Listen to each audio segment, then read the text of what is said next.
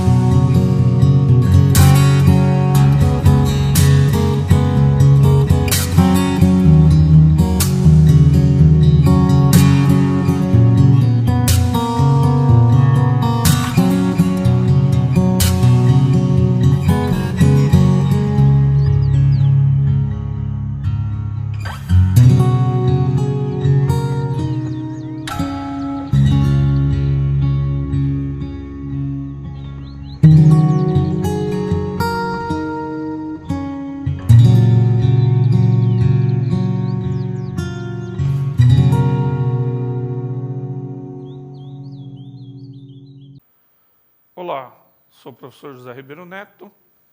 Nessa aula nós vamos fazer uma revisão.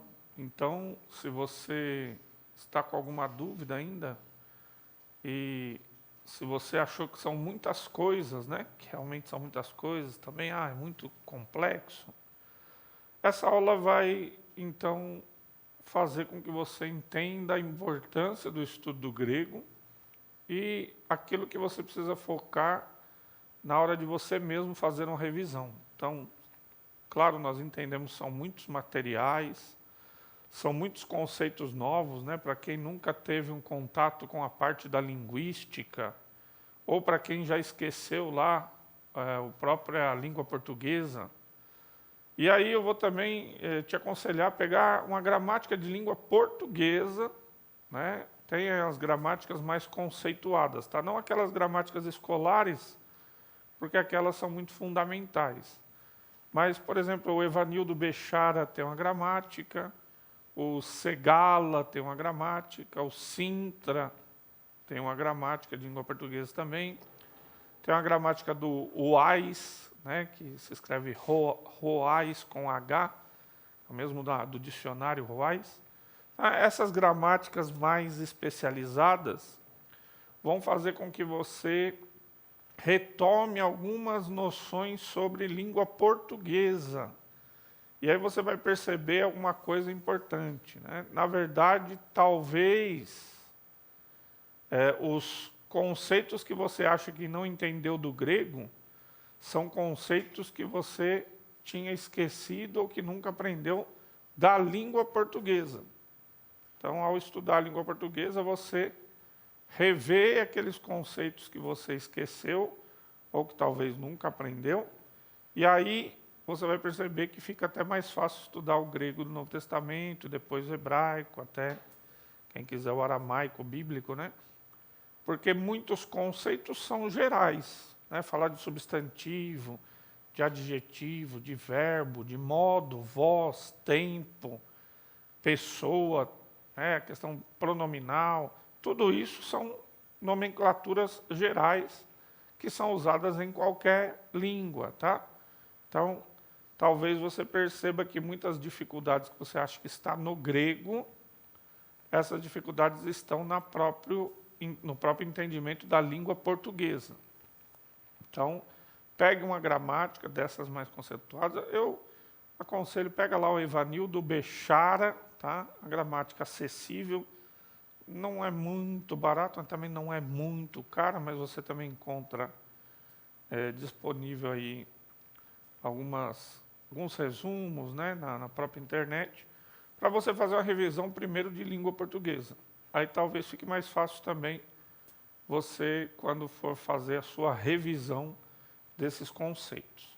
Uma outra questão importante é que nós estamos muito acostumados com tudo digital, tudo em tela, inteligência artificial, e isso já está comprovado que prejudica muito o entendimento, o uso da memória. Então você precisa escrever, tá? Você precisa ter um caderno, fazer anotações de uma forma mais organizada para que você fixe os conteúdos que foram aprendidos. Então, não fique só nos vídeos, não fique só nos slides. Você pegue um caderno e você mesmo faz a revisão. Como é que é a pronúncia? E você faz lá algumas folhas, você mesmo resumindo como se pronuncia. E depois você, como que é a parte dos substantivos, dos adjetivos e todas essas questões. Então, se você não escrever, não pronunciar, não tentar transliterar, a sua memória vai ser mais prejudicada se somente você assistir vídeos e ver textos na forma digital, tá? Isso aí já tem várias pesquisas comprovadas que as pessoas aprendem mais quando escrevem, quando anotam, de uma forma manual mesmo e não digitando ou só assistindo os vídeos. Bom, eu vou fazer umas colocações do que nós aprendemos para que você foque também e veja a importância desses estudos, tá? Porque com o tempo, não preciso estudar mais, já tem a Bíblia traduzida, eu já tenho os comentários, já tenho os programas de computador, por que eu vou perder tempo em estudar as línguas originais? Então vamos ver e vamos derrubar esse mito nessa aula aqui, tá? Então, primeira revisão que você tem que fazer é a revisão de pronúncia. E aí, retomando algumas dicas sobre o que nós falamos. Primeira questão é você saber que tipo de pronúncia nós usamos nessas aulas. Então vamos lembrar, é a pronúncia chamada erasmiana. Tá? Você vai ver até alguns sites, alguns estudiosos criticarem a pronúncia erasmiana, e aí existe a pronúncia restaurada, que o pessoal do grego clássico vai usar, existe a pronúncia moderna do grego moderno, mas isso é uma questão de princípio de tradição. Tá? Na tradição teológica, se adotou uma pronúncia chamada erasmiana. Essa pronúncia é usada praticamente em todas as escolas de teologia em todo o mundo. Claro que se você for na América, na França, vão ter diferentes tipos de pronúncia pela própria influência das línguas. Tá? Mas vai por mim, adote aí a pronúncia erasmiana. Como é a pronúncia direitinho, está lá na gramática, nas primeiras páginas tem lá o alfabeto, como é que pronuncia. Também nos vídeos nós pronunciamos vários textos, então você pode rever. Falar, existe um programa de computador que tem essa pronúncia no texto grego. Tem muitos programas, mas no caso do grego, nós temos uma grande dificuldade de textos, né? E de vídeos ou áudios que adotaram direitinho a pronúncia erasmiana. Então, eu aconselho você pegar na gramática, rever as aulas em que nós pronunciamos vários textos para você treinar, tá? Porque esses programas sempre têm muito erro. Acaba que, por exemplo, às vezes foi feito lá pelos americanos, e o americano tem um grande problema de pronunciar outras línguas que não seja a língua deles, né? Então existe um sotaque muito forte, americanizado, e acaba prejudicando mais do que ajudando. Então, reveja os vídeos das nossas aulas em que nós fizemos a pronúncia de vários textos, tá? E você mesmo tenta pronunciar para gravar. Lembra de prestar atenção na pronúncia do gama, né? Porque essa pronúncia vai alterar quando for gama, gama, gama, capa, gama, ri e gama, xi. Então você tem que pronunciar o gama como N. Cuidado lá com as aspirações, aspiração áspera e aspiração branda, né? A aspiração branda não vai alterar nada a pronúncia, a aspiração áspera vai alterar como se fosse um H no início. E quando a aspiração áspera ela está no ditongo, ela vai estar na segunda letra do ditongo, mas você tem que pronunciar como se ela estivesse no começo. Então essas questões são as mais importantes da pronúncia. A pronúncia erasmiana, a pronúncia do gama e a pronúncia da aspiração áspera. Tá? Então, veja as aulas, você tem o benefício de poder voltar, ouve de novo, né? Tenta escrever o texto em grego na sua forma minúscula, depois na sua forma maiúscula, depois você tenta escrever transliterando. Observe, transliterar não é a mesma coisa que traduzir, tá? Transliterar, você colocar nas letras latinas a pronúncia do grego. Então você tenta fazer uma transliteração, depois confira essa transliteração para ver se está tudo direitinho, você vai conseguir pronunciar. Por que é importante pronunciar se você não vai falar o grego e se o grego hoje fala diferente, a pronúncia é diferente? É porque não dá para aprender uma língua sem pronunciá-la, tá? Nós precisamos da pronúncia porque existe alguma coisa chamada a memória sonora, acredite, né? Nossa memória da língua, ela fica lá na sua mente como se fosse um conjunto de sons. Então esses sons ficam guardados na sua mente. Então quando você pronuncia, você guarda as palavras, você cria um vocabulário daqueles sons. Então é importante rever essa parte da pronúncia. Outro ponto importante é o que nós chamamos de nomes, né? Praticamente tudo que não é verbo está ligado aos nomes, mas principalmente os nomes estão ali, os adjetivos, os substantivos, né? Os pronomes e aquilo que não se encaixa na questão dos verbos. Então, os nomes, nós vamos lembrar que a diferença e a grande dificuldade de aprendermos o grego em relação ao português é que os substantivos, adjetivos, né, e os pronomes, eles vão ter declinações, né, eles vão ter casos e declinações. Os casos, vamos lembrar que são aqueles 5 casos que abrangem todos os casos, né? Então vamos lá, nominativo, aí depois o genitivo, aí depois o dativo, o acusativo e o vocativo.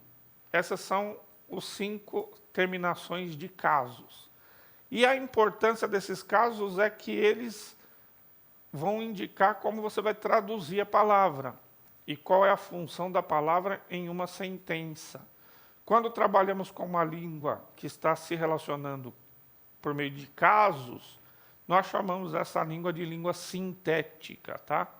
Quando é a ordem das palavras que tem importância na língua, então essa língua é chamada de língua analítica. Então, o português é uma língua analítica e o grego e as línguas chamadas declináveis são línguas sintéticas.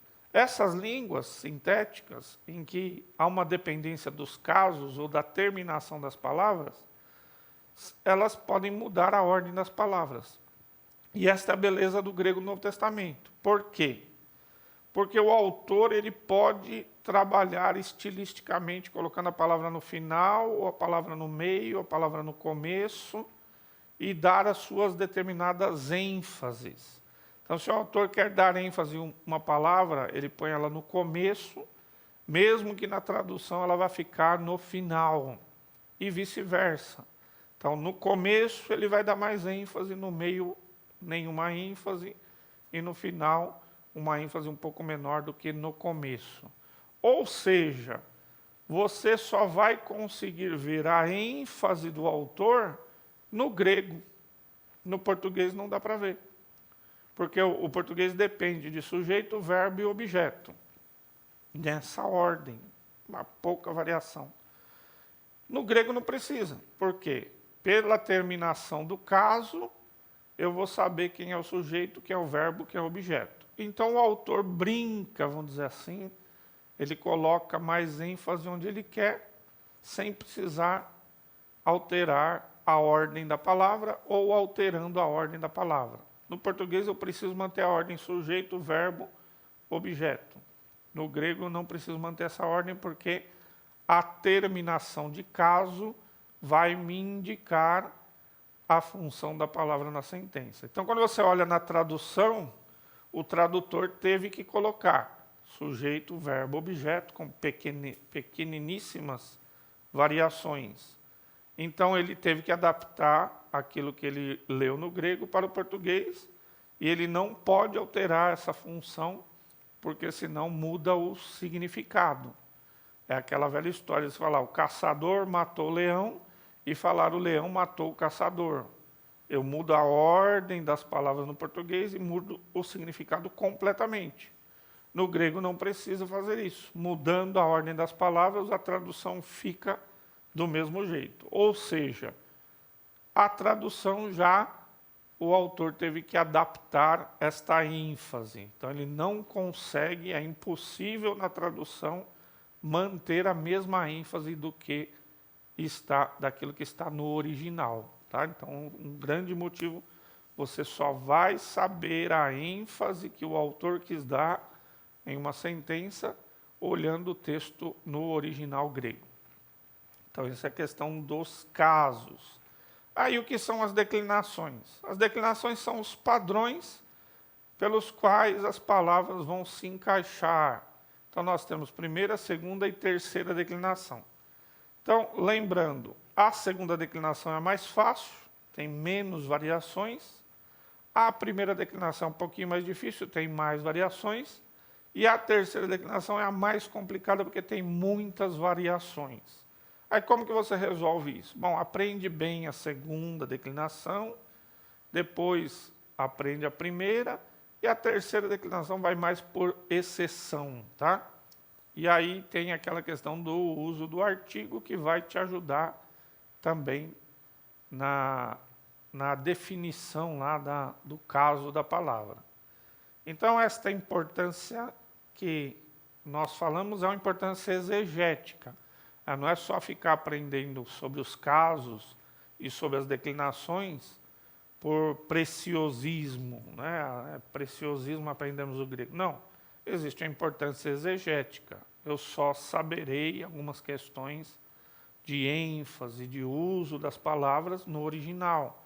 Porque o tradutor, não é que as traduções estão erradas, como o pessoal fala por aí, que está tudo errado. Não, é porque é impossível você manter a mesma fluência de uma língua para outra. Então é preciso lá que o tradutor faça uma certa negociação e nunca vai ser a mesma coisa, né?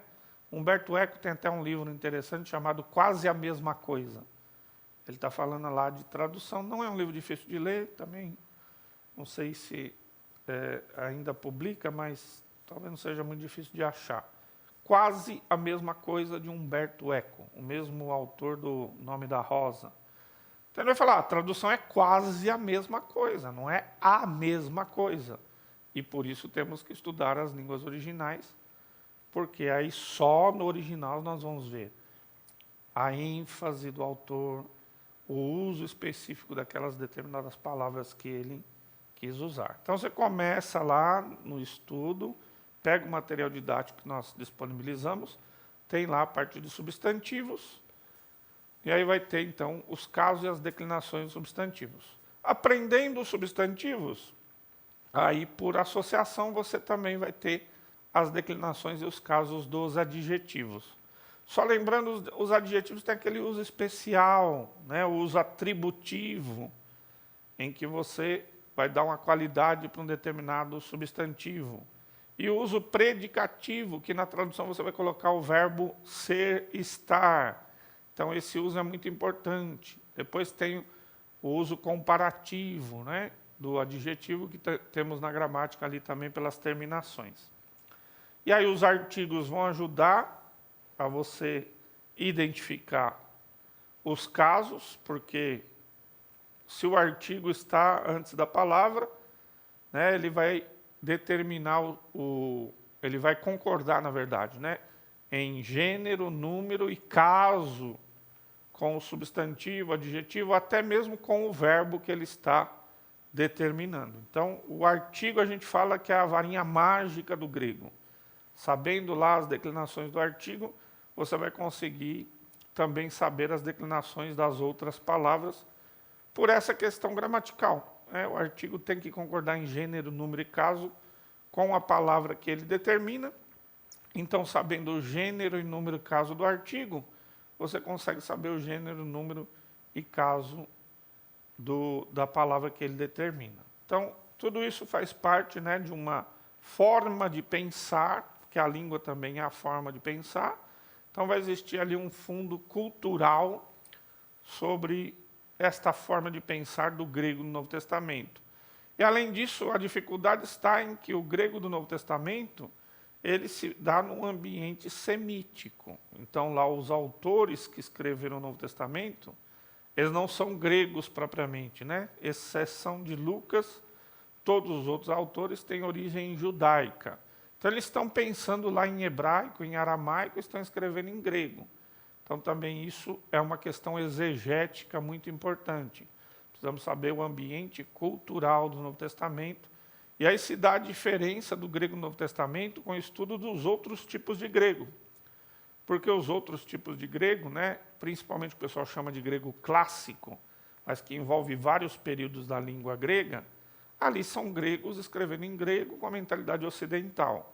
O Novo Testamento, além dessas dificuldades linguísticas e gramaticais, ainda tem a dificuldade cultural, porque você tem que pensar que alguém de um ambiente judaico, ele está pensando em aramaico, em hebraico, e está escrevendo em grego. Então, isso faz parte deste fundo cultural do grego. Então, avançando aí para as outras questões importantes, tirando a parte dessa, então, dos nomes, que diz respeito a substantivos, adjetivos, pronomes, e as palavras que não são verbos, né? Nós vamos chamar de nomes. Então vem a questão dos verbos. Em qualquer língua, os verbos têm características fundamentais, né? Porque é o verbo que vai nos falar sobre as ações, sobre os sentimentos, sobre os pensamentos. Então os verbos vão ser elementos fundamentais na análise exegética. Então vamos lembrar, o verbo tem tempo, tem modo, tem voz, tem pessoa. Então, o ponto que diferencia o grego do Novo Testamento, a chamada koiné do Novo Testamento com o português, é que no grego o tempo está relacionado não somente a um tempo cronológico, tá? Então, no português também existe, em um estudo mais avançado, você vai perceber que se usa o tempo cronológico de formas distintas, como nós falamos nas aulas. Mas isso no grego, ou na koiné do Novo Testamento, é bem marcado, tá? Então, há momentos que o tempo vai ser usado de forma cronológica, ou seja, falando do passado, do presente ou do futuro, e vai haver momentos que o tempo vai envolver aquilo que a gente chama de aspecto. E aí é muito importante, tá? Vou falar que é muito importante essa questão aspectual do grego do Novo Testamento. E aí nós vamos ter 3 aspectos do grego do Novo Testamento. Estamos, então, relembrando, porque tudo isso nós já vimos. Os 3 aspectos são quais? O auristo, que é aquele aspecto da fotografia, que o autor vê a ação como um todo, como uma fotografia, e essa fotografia pode ser uma fotografia do passado, pode ser uma fotografia do presente, pode ser uma fotografia do futuro. É como se fosse lá no passado, tirasse uma foto e apresentasse. É como se eu estivesse no presente, tirasse uma foto e apresentasse. Ou como se eu fosse para o futuro, tirasse uma foto e apresentasse. Se é passado e presente e o futuro, só o contexto vai nos dizer, ou às vezes nem mesmo o contexto, porque o autor não está preocupado com o tempo cronológico, ele está preocupado em mostrar a ação. O tempo auristo é o mais utilizado no Novo Testamento, então vale a pena ver todas essas nuances do tempo. Então, o primeiro aspecto é o auristo. Depois nós temos o infectum. O infectum também seria como o imperfectivo. A ideia de uma ação linear que ela transcorre continuamente. Mas essa ação linear também pode ser cronologicamente lá no passado, como se o autor voltasse para o passado e olhasse um filme que está transcorrendo. Ela pode ser o presente, no momento da escrita o autor está vendo a ação transcorrer. Ou pode ser futura, como se o autor fosse lá para o futuro e visse a ação transcorrendo. Então, enquanto o auristo é uma fotografia da ação, o infectum é uma linha, um filme verificando a ação. E aí, quais os tempos cronológicos, né, os tempos verbais, não cronológicos exatamente, né, mas os tempos verbais gramaticalmente que vão estar neste aspecto chamado de infectum. Então, é o tempo presente e o imperfeito. Às vezes também o futuro, mas o futuro pode misturar tipos diferentes de ação. Mas então o imperfeito e o presente estão nesta linha, neste filme que está transcorrendo. Para você ver a importância exegética disso, também não dá para saber, por exemplo, se no original o tempo utilizado é um auristo, se é um presente, se é um imperfeito, se é um perfeito. Porque, da mesma forma, o tradutor ele precisou negociar com a língua portuguesa. Ele precisou perceber o significado do original grego e tentar traduzir para as categorias da língua portuguesa. Só que a língua portuguesa não tem as mesmas categorias de tempo e de aspecto que o grego tem. Então, muitas vezes é impossível se transpor para o português aquelas características que tem no grego do Novo Testamento. Não é impossível entender, porque explicando aqui você entende, mas é muitas vezes impossível traduzir, a não ser que o tradutor fique explicando, né? Que a gente chama de paráfrase. Mas não dá para fazer uma Bíblia e ficar explicando cada aspecto do tempo, porque aí ficaria um texto que não dá para ler na igreja, né? Não dá para ficar fazendo uma leitura de um texto comum, né? Uma leitura devocional, uma leitura congregacional, por exemplo. Então, às vezes, os autores explicam essas questões em nota de rodapé. Obviamente, não dá para se exagerar essas questões, não é sempre que o aorista essa fotografia, não é sempre que o imperfeito essa ação linear, tem misturas dessas ações, né? Mas você tem que ter essa visão básica para depois se aprofundar. Então, eu falei do tempo auristo, né? O auristo como aspecto, do infectum, que usa o presente imperfeito e até o futuro vão usar o infectum, essa ação linear como se fosse um filme. E o terceiro aspecto do grego é o perfectum. O perfectum é, eu estou aqui no presente, mas esse estado presente é o resultado de uma ação que foi terminada lá no passado.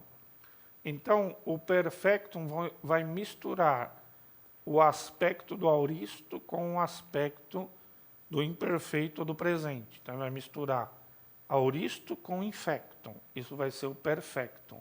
Então, há ações passadas que foram terminadas, cujos efeitos continuam e vão continuar. Os exemplos clássicos que nós demos foi o tetelestai de Jesus, está consumado, quer dizer, quando ele fala aquelas palavras, aquilo se completou e os efeitos da ação continuam e vão continuar. Ou que Pilatos fala, gegraptai, o que escrevi, escrevi. Ele escreveu e aquilo vai ficar escrito, quer dizer, os efeitos daquela escrita vão continuar. Isso diz respeito ao aspecto, tá? Então, esses elementos são muito utilizados no grego do Novo Testamento para dar essas diferentes ênfases, ou numa ação vista como uma fotografia, ou uma ação vista como um filme, independente do tempo cronológico, ou uma mistura dessas duas ações, isto é o aspecto. Nós falamos também que existe uma outra característica linguística muito importante, e essa é até menos comentada, mesmo nas gramáticas e nos comentários, que se chama action sart.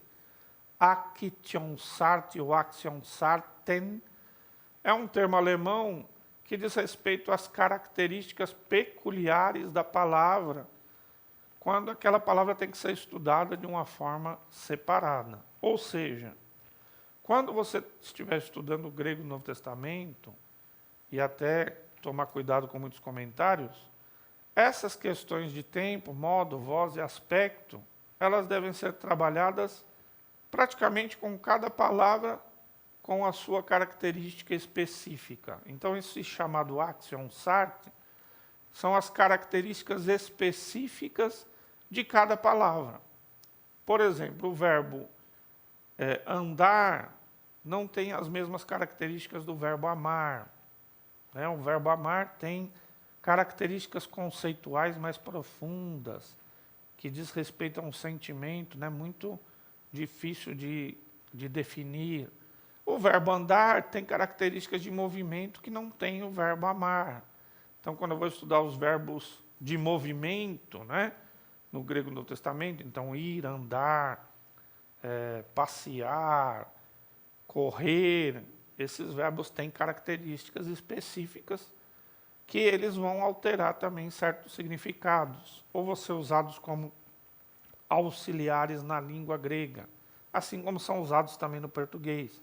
Por exemplo, o verbo ser é um verbo muito complexo, que no grego ser, estar, existir, acontecer, é o mesmo verbo. Então, como é que eu vou traduzir? Vou traduzir ser, estar, existir, acontecer. Isso diz respeito a um estudo particular de cada verbo no seu contexto específico e também no seu contexto cultural. Nesse quesito, não precisa se preocupar assim, como que eu vou saber? Bom, os dicionários, principalmente aqueles mais avançados, né, os dicionários teológicos. Existe no português um dicionário chamado Dicionário de Aspecto Semântico, publicado por Low e Nida. Esse é publicado pela Sociedade Bíblica do Brasil. E existe 2 volumes muito grandes, o Dicionário Internacional de Teologia do Novo Testamento, publicado pela Vida Nova. Esses dicionários, eles ajudam você a ver essas características dos verbos, tá? No que diz respeito ao que a gente chama de action sarten. Tá? Então, exige um estudo um pouquinho mais detalhado, mas nesses materiais você consegue verificar. Mas aí o que eu vou te dizer? Bom, mas aí como que eu vou conseguir utilizar? Se você não souber e não fixar esses conceitos que nós ensinamos, né, mais do que a parte gramatical, os conceitos são muito importantes. Só que se você não souber a parte gramatical, você não vai conseguir aplicar a questão conceitual. Se você não souber a questão conceitual, você não vai saber aplicar na parte gramatical. Então, algumas pessoas pensam, basta eu ter os materiais, eu ter muitos dicionários, muitas traduções, eu ter os melhores programas de computador, que aí, se eu tiver todo esse material, eu vou conseguir fazer uma análise exegética. Não é assim que funciona. Porque esses materiais vão usar conceitos. Então, o material lá usou um conceito ao auristo. Se você não sabe o que é o auristo, para que serve o material? Há programas de computador que você passa no texto grego e ele já faz a análise. Mas ele vai fazer a análise lá, primeira pessoa do singular, do auristo, do subjuntivo passivo. Aí, se você não sabe o que é pessoa, não sabe o que é modo, não sabe o que é tempo, não sabe o que é voz, você não sabe o que é auristo, você não sabe... O que vai adiantar a informação? Você verá a informação e não vai saber aplicar essa informação quando se relacionar ao texto. Então, os conceitos que nós estudamos, juntamente com a parte gramatical, vão ser de extrema importância para o estudo do grego do Novo Testamento, tá? E aí você vai falar, mas aí eu vou estudar o grego, beleza, passei na matéria, não vou precisar mais estudar, e aí me livro da disciplina, graças a Deus, passei, está resolvido, não preciso mais enfrentar esta disciplina. Então, mas não é assim que funciona a vida também, né? A vida é mais difícil. Veja bem, se você for pegar um livro de teologia do Novo Testamento, que é um material mais avançado no estudo do Novo Testamento. Os materiais mais básicos sobre o Novo Testamento são lá as introduções ao Novo Testamento ou os panoramas do Novo Testamento. É o material inicial, são as primeiras disciplinas que geralmente nós estudamos quando estudamos teologia. Quando nós vamos avançando na teologia, vamos chegar nesta disciplina um pouco mais complexa, chamada Teologia do Novo Testamento. Então, é praticamente impossível você ler uma boa teologia do Novo Testamento que não cite palavras em grego, expressões em grego, essa questão do auristo, do imperfeito, do perfeito, do presente, do futuro, essa questão de tempo, modo, voz, action sartem. Uma boa teologia do Novo Testamento, ela vai obrigatoriamente citar esses materiais, né? Mesmo porque no exterior é muito comum aquele professor, mesmo de introdução ao Novo Testamento, ser um profundo conhecedor do grego. Às vezes é o mesmo professor que dá a introdução ao Novo Testamento e que dá a disciplina de teologia do Novo Testamento, é o professor que dá a disciplina de grego. É muito comum. Ou seja, para dar a matéria de introdução ao Novo Testamento ou de teologia do Novo Testamento, aquele professor tem que ter um conhecimento muito profundo do grego do Novo Testamento. Às vezes aqui, né, no Brasil, o professor da teologia do Novo Testamento nem sabe nada de grego, ou só sabe pegar algumas palavrinhas isoladas, tá? Então, você vai ver ali um material de crítica textual, uma matéria também muito técnica, muito complexa, mas de muita importância, porque vai tratar da origem da Bíblia, dos manuscritos, como esses manuscritos são estudados para que nós possamos ter o texto do grego do Novo Testamento. Então, essa disciplina também exige conhecimento do grego, porque vai trabalhar de uma forma muito profunda a história do texto, como esse texto se formou, como os escribas copiavam, as variantes textuais. Então, aí, se você não souber grego, não vai poder nem ler um material desse, que não, é impossível. Eu falo, mas eu me interesso mais por teologia sistemática. Eu gosto muito da teologia sistemática, da cristologia, né? Da teontologia, que é o estudo de Deus, da pneumatologia, que é o estudo do Espírito Santo, da soteriologia, que é o estudo da salvação, da escatologia, que é o estudo das últimas coisas. Olha, as teologias temáticas também mais avançadas, é impossível elas não citarem o grego no Novo Testamento.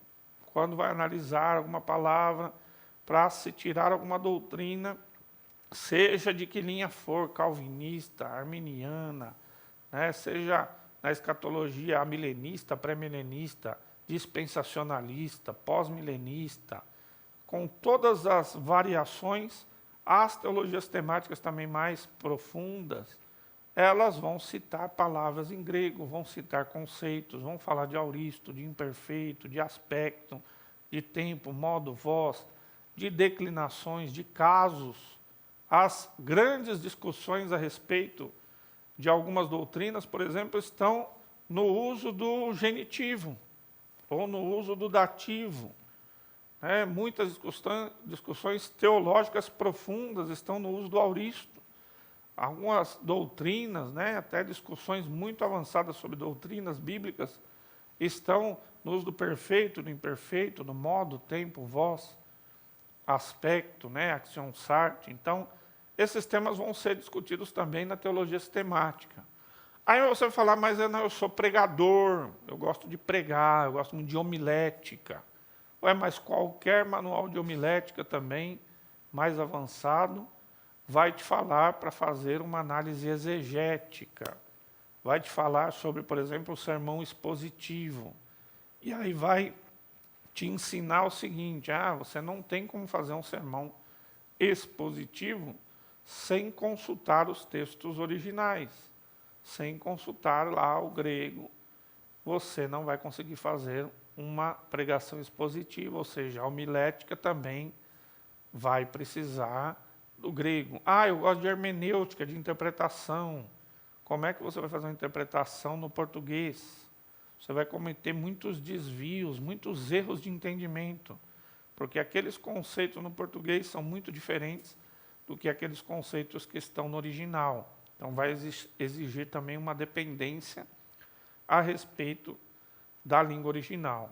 Você fala, mas eu tenho lá os comentários bíblicos. Os comentários bíblicos já resolvem os problemas, e eu tenho os melhores comentários, e aí eu vou conseguir, então, consultar esses comentários e pregar. Primeiro que você vai virar um papagaio, Você vai pegar só aquelas coisas que já estão comentadas por um determinado autor, e aí depende do autor, vai ter uma linha diferente, Se você pegar um comentário calvinista, um comentário arminiano, um comentário pentecostal, o pentecostal, seja lá qual for, vai haver uma tendência também nesses comentários. E aí você vai só seguir aquilo que está nos comentários. Mas mesmo assim, fala, não, mas eu já sei minha linha, eu já tenho aquele comentário dentro da minha linha, dentro da minha confissão teológica, eu sou batista, eu sou presbiteriano, eu sou assembleano, eu tenho um comentário que é dentro da minha linha. Mas ele vai comentar conceitos também. Os comentários bíblicos mais aprofundados também vão falar, este verbo grego está ali no auristo. A qualidade da ação do auristo é tal. Ou está no imperfeito, ou está no perfeito. Então ele vai fazer o comentário, se você não souber os conceitos, você nem vai conseguir aproveitar. Alguns comentários bíblicos estão escritos as palavras em grego. Algumas teologias temáticas, as palavras estão escritas em grego, hebraico, aramaico, e elas não estão transliteradas. Elas estão escritas na língua original. Se você não souber nem ler a língua original, você nem vai aproveitar esses comentários. E aí também tem aquela questão, às vezes o comentário é tendencioso. Então, se você não tiver um conhecimento, você vai achar que aquele comentarista está falando as coisas corretamente, e no fim das contas ele não está falando. E aí, se você tiver um conhecimento, pelo menos intermediário, você vai conseguir identificar, ó, não é bem assim o que ele está falando. Existem outras questões, né? Mesma coisa na homilética. Aí o pessoal, às vezes, fala, mas para que estudar essas coisas? Mas em todo púlpito você vê alguém citar alguma palavra grega, alguma palavra hebraica, né? O aramaico o pessoal não chega nem perto, então é difícil citar. Mas ele não quer estudar, não quer se aprofundar, mas ali no púlpito ele quer ficar citando a palavra, e geralmente cita de uma forma incorreta, porque não soube consultar e fazer a pesquisa no original, ou cita só dependendo do comentário bíblico, e aí o comentário bíblico também não está 100% correto, não tem ninguém para verificar, e aí se multiplica muitas questões que às vezes se tornam até heresias com base nesses comentários ou nessas palavras gregas. E aí você pode falar também, existem programas de computador. Esses programas de computador eles já fazem a análise para mim. Existe as IAs, então elas já fazem também as análises. Bom, maldito o homem que confia no homem, maldito o homem que confia nos computadores e confia na tecnologia. Porque, primeiro, esses programas de computador também contêm erros, né? Alguns menos erros, alguns mais erros, não existe nenhum que não tenha erro nenhum. Às vezes tem palavras gregas e hebraicas escritas de forma errada, porque na hora de programar lá e de mudar as fontes virou uma bagunça. Às vezes tem análises erradas dessas palavras nos programas, porque ou quem programou, quem deu suporte, ou quem deu consultoria, alguém errou no meio do caminho. Mas se eles estiverem corretíssimos, sem erros, da mesma forma eles vão falar de conceitos que, se você não souber, pouco importa a análise que ele fez. Eu passo o mouse lá, ele já analisa a palavra, mas como eu já disse, ele analisou. Ele vai falar lá, está na terceira pessoa do singular, do futuro do indicativo passivo, ou médio passivo. Você sabe o que é um médio passivo? Você sabe o que é um futuro, o que é um subjuntivo? Você sabe identificar a primeira, segunda, terceira pessoa?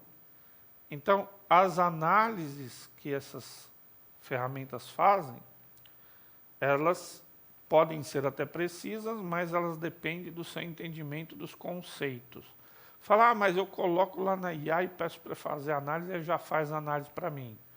Bom, na experiência de muitas análises, né, de muitos testes feitos com inteligência artificial, percebe-se que nessa parte de línguas originais são onde eles mais erram, tá? Informações erradas, escrevem palavras erradas, fazem análises erradas também. Então, mesmo no português, no inglês, já cometem alguns erros, mas nessa parte exegética são muitos os erros, tá? Porque às vezes a inteligência artificial ela é treinada para uma língua moderna, aí você dá um texto antigo, ela comete muitos equívocos, erros de traduções absurdos, citações de textos gregos que nem existem, citações e análise de palavra do grego moderno como se fosse do grego do Novo Testamento. Então já explorei grandemente essa parte e posso te dizer que é nessa parte onde há mais erros de análise, que na verdade nem é análise, né? É uma questão mais estatística de palavras, mas aí você estuda um pouquinho essa parte que você vai ver que a própria inteligência artificial não faz uma análise, né? Ela vai replicando um corpus de informação que ela tem e muitas vezes equivocado. Então os programas de computador são muito úteis, nós falamos sobre eles durante algumas aulas ali de uma forma, não mostramos como usa, mas só citamos, né, onde você pode encontrar, mas eles vão depender muito do seu conhecimento gramatical, do seu conhecimento dos conceitos para você poder aproveitar as ferramentas. É como aquela pessoa que não tem nenhum conhecimento sobre eletricidade e aí você dá uma ferramenta lá para ela usar para ela fazer lá um quadro de eletricidade. Não adianta ter a ferramenta se você não tem o conhecimento, não é? Então, as ferramentas são muito úteis, desde que você tenha o conhecimento para poder usá-las e poder aproveitar aquilo que elas informaram. Um outro ponto importante é que no ensino nós vamos usar as línguas originais também. Como eu falei, você vai ensinar que matéria que você gostou, você fez o seminário, você quer dar aula de uma disciplina. Ah, eu quero dar aula de teologia do Novo Testamento. Daí esquece, se você não souber as línguas originais, você não vai ser um bom professor de teologia do Novo Testamento. Ah, eu vou dar aula de homilética, de sistemática, mesma coisa. Mais ou menos, né? Ou seja, estudar mais ou estudar menos, aprender mais ou aprender menos, depende um pouco da matéria, mas em nenhuma disciplina da teologia você vai estar isento de precisar estudar as línguas originais. Tá? Mas aí você tem uma outra questão, né? Nós vamos sempre precisar de professores na área das línguas originais. Então, eu quero aprender os conceitos, vou usar de forma geral, mas não vou dar aula na disciplina. Mas alguém vai ter que dar, não é? No futuro, nós vamos precisar de professores para dar aula dessas disciplinas. E aí, é lógico, só essas disciplinas aqui que a gente aprende não dá conta para você ser um professor de grego, um professor de línguas originais. Mas já te dá aquele gosto para você poder avançar.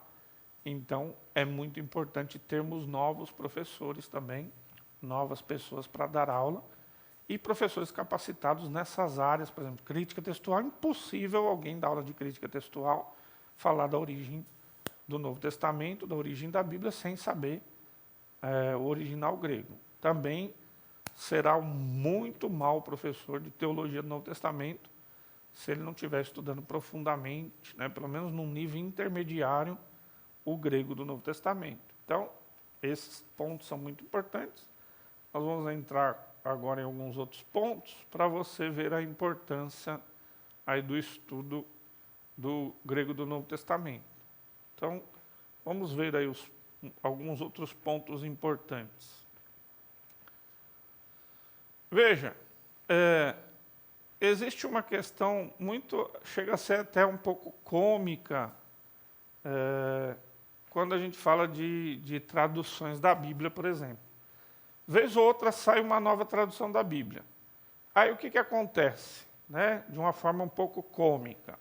Saiu uma tradução, a editora divulgou, ela fala, obviamente, aquela editora vai falar que a tradução, essa nova tradução é a melhor que já existiu, ela vai fazer aquele marketing, ela vai começar a divulgar aí nos sites, ela vai contratar os influencers na área de teologia para falar bem daquela tradução, você vai receber e-mail na sua casa falando bem daquela tradução. É a nova tradução, a melhor que já existiu. Aí você vai lá, né? Aqui em São Paulo temos uma rua chamada Conde Sarzedas, você vai lá na Conde Sarzeda na quarta-feira, eu estou doido, cadê a tradução? Aí o vendedor lá da livraria vai falar bem da tradução. Essa tradução é muito boa. Acabou de lançar nessa semana. É muito boa. Então compra 1, 2, 10 traduções.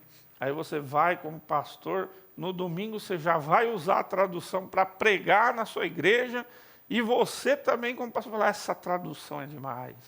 E agora entendi tudo porque essa tradução é a melhor que tem. Como assim? Chega a ser cômico, né?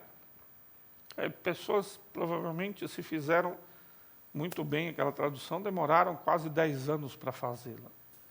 Depois, como é que você vai saber que ela é muito boa se você não sabe o original? Mas eu comparei com várias traduções. Isso não significa nada. Se você não tem a base para comparar, se você não tem a fonte original para comparar, não adianta ter 20, 30 traduções diferentes. Porque você vai ter 20, 30 traduções e não vai ter o padrão. Né? Você tem uma régua aí, ou um metro, se você quiser saber e apurar se essa régua, se esse metro, ela foi corretamente feita, nós não temos lá o imetro, O Inmetro vai ter um instrumento lá, um padrão, para analisar se aquela régua, se aquele metro está correto. Ele não vai pegar outras tantas réguas vendidas no mercado, ele vai pegar aquele instrumento de comparação, aquele padrão. Então, como é que alguém acabou de lançar uma tradução, ele já fala que é a melhor que tem, se ele não pegar os originais e ver, né, são muitos versículos da Bíblia, né? E como é que ele vai saber se é a melhor tradução? Então, é preciso pessoas também para fazer avaliações dessas traduções. É preciso pessoas também que tenham conhecimento, no mínimo, então, intermediário, para poder avaliar essas traduções. E é preciso pessoas para fazer supervisão dessas traduções também. Porque podem surgir muitas traduções equivocadas, tendenciosas, para poder, né, querer induzir pessoas. Veja o caso, né, da chamada tradução do Novo Mundo. Né, veja o caso de várias citações de traduções que as pessoas vão fazendo e que são verdadeiras distorções do texto original com um viés, né, para defender determinadas posições. Então, é preciso conhecer também o original para fazer a avaliação das traduções, né, pessoas um pouco mais capacitadas para fazer essas avaliações, pessoas muito capacitadas também para fazer essa supervisão, porque envolve muitos elementos em uma tradução. Um outro ponto muito importante no estudo das línguas originais é a questão apologética. Olha, muita gente passa vergonha nos debates, nas discussões, né, nas entrevistas, porque não conhecem a língua original e aquele debatedor ou aquele determinado grupo acabou estudando essas línguas originais para poder usar dentro das suas ideologias. Nós temos, então, vários tipos de ideologias diferentes que estudam os originais, às vezes, muito mais do que os pastores e líderes, para pegar algum ponto ali, que eles dizem de tradução, distorcer esse ponto e apresentar, falar, mas vocês ensinam essa doutrina porque essa tradução está incorreta. Então, a tradução correta é assim. Mas se você não souber nem consultar, não souber as terminologias, não poder ir lá comparar, e às vezes até muito difícil, porque uma pessoa pode falar qualquer coisa, né, sobre a língua original, e falar é fácil, né? É só falar. Qualquer besteira você pode falar. Para provar que aquilo está errado, às vezes dá mais trabalho e despende assim, um tempo muito maior e às vezes um conhecimento muito mais profundo do que aquela pessoa que falou. Mas é muito utilizado, tá? Está aí nos influenciadores, nessa pessoal de ideologia, de vários tipos diferentes de ideologias, de igrejas das mais diferentes maneiras e formas, que eles vão estudar os originais, que eles vão ali se aprofundar para pegar determinada palavra, expressão, distorcer para defender a sua própria ideologia. Então, há muita gente passando vergonha porque não conhece as línguas originais e esse pessoal está estudando as línguas originais. Um outro ponto, aí dentro assim, dessa questão apologética também, muitas seitas usam as línguas originais como uma espécie de ferramenta para convencer as pessoas. Então você vai ver aquele pessoal que bate palma ali, de manhãzinho na porta da sua casa, eles têm até um livrinho. Nesse livrinho tem várias palavras gregas, hebraicas, latinas. Então, quando você lê um texto da sua Bíblia, ele fala, aqui, ó, no original, esta palavra, muitas vezes, né, 99% não sabe nem ler e pronunciar corretamente o que está escrito ali, mas ele tem um manualzinho. Nesse manual ele tem várias palavras, e nesses comentários que estão sobre essas palavras, há muitas distorções. E aí ele vai chegar, mas não vai chegar, não vai me enganar, mas vai enganar o membro da sua igreja, vai enganar lá o aluno da faculdade que é membro da sua igreja. ele vai bater palma lá na porta da casa de alguém, às vezes até de um líder da sua igreja, e vai ali distorcer, porque eles são treinados para falar aquilo, para distorcer, e vão falar, no original é assim, a pronúncia do nome de Deus é assim, se você pronunciar de forma errada, você está adorando um outro Deus, e acredite se quiser, isso engana muitas pessoas, leva muitas pessoas a se afastarem por causa deste uso das línguas originais para distorcer determinadas doutrinas. Essas seitas também, elas vêm muitas vezes falar que as nossas traduções estão erradas.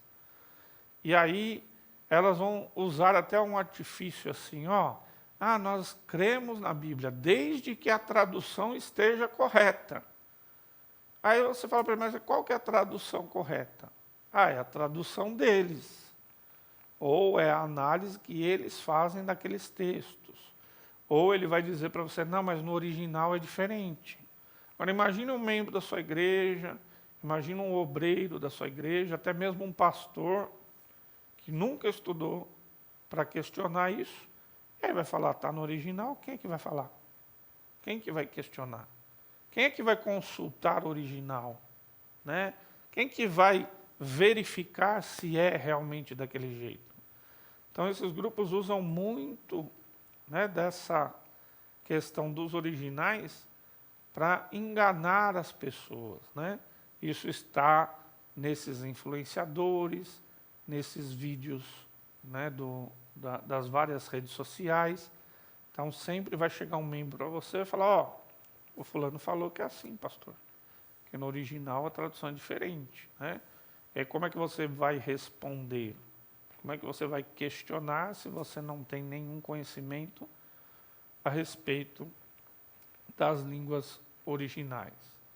Então, na questão apologética, isso é muito importante. Mesmo ainda continuando nessa questão apologética, tem muitas questões que são colocadas, né, que é como se fosse um erro na Bíblia, como se aquela palavra não estivesse contradizendo uma com a outra. Muitas dessas questões se resolvem consultando a língua original. Porque, de novo, o tradutor ele teve que usar ali uma palavra para poder resolver aquela questão, né, de traduzir de uma língua para outra. Mas aí ficou uma brecha de entendimento, porque não é a mesma coisa. E aí, muitas vezes, na questão apologética, aquela questão do original resolveu. Né? E aí você vai ver muitos exemplos dessas questões quando você estudar mais a fundo. Olha, aquilo que estava no português não ficou bem claro, parecia até uma contradição. Mas quando nós vamos no original, essa contradição se desfaz, porque ali dá para se perceber a questão do aspecto, né, desse uso, às vezes, do auristo, do imperfeito, do perfeito. Né? Então, isso se resolve no estudo dos originais. Então, na apologética é muito importante. E aí, por último, uma última questão importante desse estudo da língua original é que, além do mais, além de tudo isso, né, de todas essas questões importantes da exegese, você aprendendo grego também abre a sua mente e amplia a sua cultura, né? Tendo em vista que todo o nosso pensamento é greco-romano, toda a literatura está influenciada, né? A literatura ocidental está influenciada ou pelo grego ou pelo latim. Milhares e milhares de palavras da língua grega, da língua portuguesa, têm origem na língua grega, sejam palavras híbridas que misturam português com grego, português com latim, ou em milhares e milhares de prefixos que estão nas nossas palavras e que são de origem grega. Então, estudando grego, muitas palavras em português vai ficar mais fácil de você entender os significados. Há aquela questão da arte, da literatura, da escultura, de tudo que a gente chama de cultura ocidental, ela tem uma influência no pensamento greco-romano.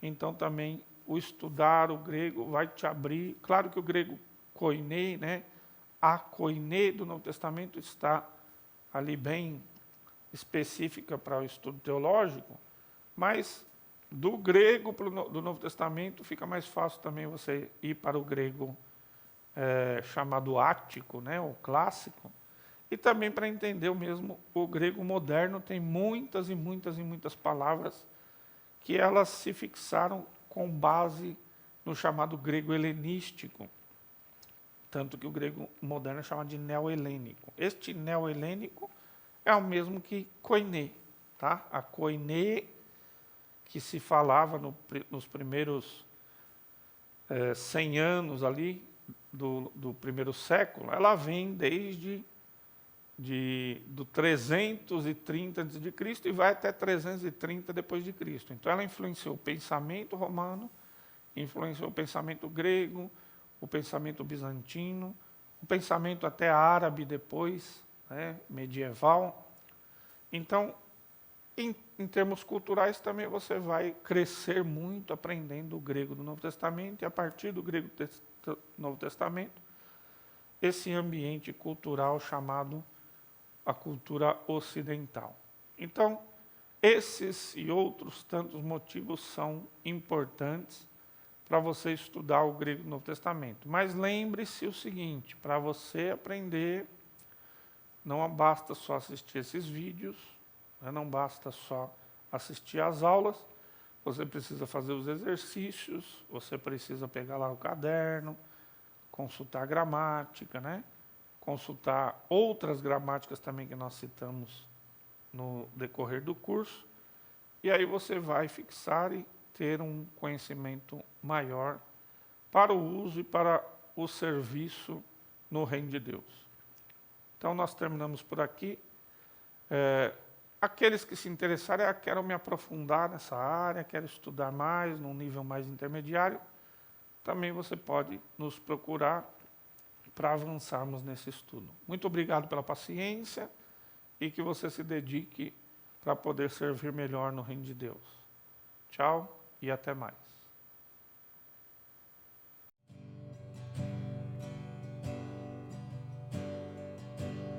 Precioso Jesus, aos teus pés aqui estou.